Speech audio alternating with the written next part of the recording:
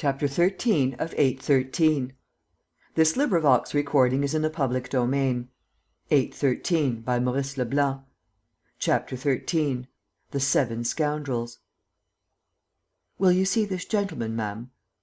Dolores Kesselbach took the card from the footman and read: "André Beauny. No," she said, "I don't know him." "The gentleman seems very anxious to see you, ma'am. He says that you are expecting him." "Oh?" "Possibly. Yes, bring him here." Since the events which had upset her life and pursued her with relentless animosity, Dolores, after staying at the Hôtel Bristol, had taken up her abode in a quiet house in the Rue des Vignes, down at Passy. A pretty garden lay at the back of the house and was surrounded by other leafy gardens. On days when attacks more painful than usual did not keep her from morning till night behind the closed shutters of her bedroom, she made her servants carry her under the trees, where she lay stretched at full length, a victim to melancholy, incapable of fighting against her hard fate. Footsteps sounded on the gravel path and the footman returned, followed by a young man, smart in appearance and very simply dressed, in the rather out-of-date fashion adopted by some of our painters, with a turned-down collar and a flowing necktie of white spots on a blue ground. The footman withdrew. "Your name is André Beauny, I believe?" said Dolores. "Yes, madame." "I have not the honor. I beg your pardon, madame. Knowing that I was a friend of Mme. Ernemont, Geneviève's grandmother, you wrote to her, at Garches, saying that you wished to speak to me. I have come." Dolores rose in her seat, very excitedly. "Oh, you are ..." "Yes." She stammered: "Really? Is it you? I don't recognize you." "You don't recognize Prince Paul Sernine?" "No. Everything is different: the forehead, the eyes. And that is not how the newspapers represented the prisoner at the Santé," he said, with a smile. "And yet it is I, really." A long silence followed, during which they remained embarrassed and ill at ease. At last he asked: "May I know the reason? Did not Geneviève tell you?" "I have not seen her. But her grandmother seemed to think that you required my services." "That's right, that's right." "And in what way? I am so pleased." She hesitated a second and then whispered: "I am afraid." "Afraid?" he cried. "Yes," she said, speaking in a low voice, "I am afraid, afraid of everything, afraid of to day and of to morrow and of the day after, afraid of life. I have suffered so much and I can bear no more." He looked at her with great pity in his eyes. The vague feeling that had always drawn him to this woman took a more precise character now that she was asking for his protection. He felt an eager need to devote himself to her, wholly, without hope of reward. She continued: "I am alone now, quite alone, with servants whom I have picked up on chance, and I am afraid. I feel that people are moving about me." "But with what object?" "I do not know. But the enemy is hovering around and coming closer." "Have you seen him? Have you noticed anything?" "Yes. The other day two men passed several times in the street and stopped in front of the house." "Can you describe them?" "I saw one of them better than the other. He was tall and powerful, clean shaven, and wore a little black cloth jacket, cut quite short." "A waiter at a café, perhaps?" "Yes, a head waiter. I had him followed by one of my servants. He went down the Rue de la Pompe and entered a common looking house. The ground floor is occupied by a wine shop. It is the first house in the street, on the left. Then, a night or two ago, I saw a shadow in the garden from my bedroom window. Is that all?" "Yes." He thought and then made a suggestion: "Would you allow two of my men to sleep downstairs, in one of the ground floor rooms?" "Two of your men?" "Oh, you need not be afraid. Old Charolais and his son; and they don't look in the least like what they are. You will be quite safe with them. As for me ..."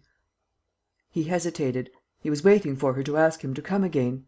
As she was silent, he said: "As for me, it is better that I should not be seen here. Yes, it is better. For your sake. My men will let me know how things go on." He would have liked to say more and to remain and to sit down beside her and comfort her. But he had a feeling that they had said all that they had to say and that a single word more, on his side, would be an insult. Then he made her a very low bow and went away. He went up the garden, walking quickly, in his haste to be outside and master his emotion. The footman was waiting for him at the hall door. As he passed out into the street, somebody rang, a young woman. He gave a start. "Geneviève!" She fixed a pair of astonished eyes upon him and at once recognized him, although bewildered by the extreme youthfulness of his appearance. And this gave her such a shock that she staggered and had to lean against the door for support. He had taken off his hat and was looking at her without daring to put out his hand. Would she put out hers? He was no longer Prince Sernine, he was Arsène Lupin, and she knew that he was Arsène Lupin and that he had just come out of prison. It was raining outside. She gave her umbrella to the footman and said: "Please open it and put it somewhere to dry." Then she walked straight in. "My poor old chap," said Lupin to himself, as he walked away. "What a series of blows for a sensitive and highly strung creature like yourself! You must keep a watch on your heart, or... Ah, what next? Here are my eyes beginning to water now. That's a bad sign. M. Lupin, you are growing old." He gave a tap on the shoulder to a young man who was crossing the Chaussée de la Muette and going toward the Rue des Vignes. The young man stopped, stared at him and said: "I beg your pardon, monsieur, but I don't think I have the honour." "Think again, my dear Monsieur le Duc. Or has your memory quite gone? Don't you remember Versailles and the little room at the Hôtel des Trois Empereurs?" The young man bounded backwards. "You!" "Why, yes, I. Prince Sernine, or rather Lupin, since you know my real name. Did you think that Lupin had departed this life? Oh, yes, I see. Prison. You were hoping. Get out, you baby." He patted him gently on the shoulder. "There, there, young fellow, don't be frightened. You have still a few nice quiet days left to write your poems in. The time has not yet come. Write your verses, poet." Then he gripped Leduc's arm violently and, looking him full in the face, said: "But the time is drawing near, poet. Don't forget that you belong to me, body and soul. And prepare to play your part. It will be a hard and magnificent part. And, as I live, I believe you're the man to play it." He burst out laughing, turned on one foot and left young Leduc astounded. A little further, at the corner of the Rue de la Pompe, stood the wine shop of which Mrs. Kesselbach had spoken to him. He went in and had a long talk with the proprietor. Then he took a taxi and drove to the Grand Hotel, where he was staying under the name of André Beauny, and found the brothers Doudeville waiting for him. Lupin, though used to that sort of pleasure, nevertheless enjoyed the marks of admiration and devotion with which his friends overwhelmed him. "But, governor, tell us. What happened? We're accustomed to all sorts of wonders with you, but still there are limits. So you are free; and here you are, in the heart of Paris, scarcely disguised." "Have a cigar," said Lupin. "Thank you, no." "You're wrong, Doudeville. These are worth smoking. I have them from a great connoisseur, who is good enough to call himself my friend." "Oh, may one ask?" "The Kaiser." "Come, don't look so flabbergasted, the two of you. And tell me things. I haven't seen the papers. What effect did my escape have on the public?" "Tremendous, governor." "What was the police version?" "Your flight took place at Garches, during an attempt to re enact the murder of Altenheim. Unfortunately, the journalists have proved that it was impossible." "After that?" "After that, a general fluster. People wondering, laughing and enjoying themselves like mad." "Weber?" "Weber is badly let in." "Apart from that, no news at the detective office? Nothing discovered about the murderer? No clue to help us establish Altenheim's identity?" "No." "What fools they are! And to think that we pay millions a year to keep those people! If this sort of thing goes on, I shall refuse to pay my rates. Take a seat and a pen. I will dictate a letter which you must hand in to the Grand Journal this evening. The world has been waiting for news of me long enough. It must be gasping with impatience. Write." He dictated: "To the editor of the Grand Journal. Sir, I must apologize to your readers for disappointing their legitimate impatience.